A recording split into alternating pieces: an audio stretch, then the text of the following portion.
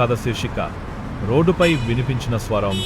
చెన్నై నగరంలోని ఓ బిజీ వీధిలో 19 ఏళ్ల యువకుడు బైక్ మీద వెళ్తున్నాడు. అతని మనసు ప్రశాంతంగా లేదు. జీవితం ఏదో శోధనలో.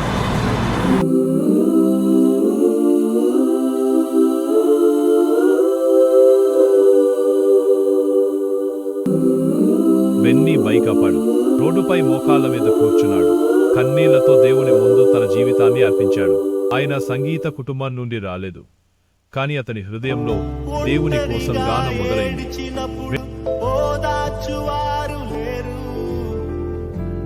చిన్న చిన్న పాఠశాలల్లో, వసతి గృహాల్లో, మీరు ఈ లోకానికి కాదు, మీరు దేవుని రాజ్యం కొరకు ప్రత్యేకంగా ఏర్పరచబడినవారు.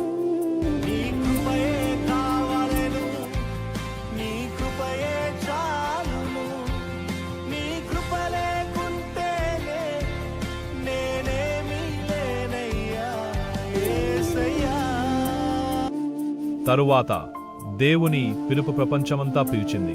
New Zealand, UK, Canada, middle east దేశాలు ఆయన్ను ఆత్మల రక్షణ కోసం పిలిచాయి. నేడు కూడా అదే భక్తి, అదే పిలుపు. 14 సంవత్సరాలకు పైగా సేవలో ఉన్నారు. ఆయన లోపలి దీపం ఇంకా వెలుగుతూనే ఉంది. యువతను బలపరిచే దేవుని వాక్యం ఆయన శ్వాస అయింది. బెన్నీ నిశ్శబ్దంగా ప్రార్థన చేస్తూ తన మొదటి రోజులను గుర్తు చేసుకుంటున్నారు. ఒంటరిగా ఏడిచినప్పుడు ఓదార్చువారు లేరు, తొట్టిల్లి నడిచినప్పుడు ఆదుకొన్నవారు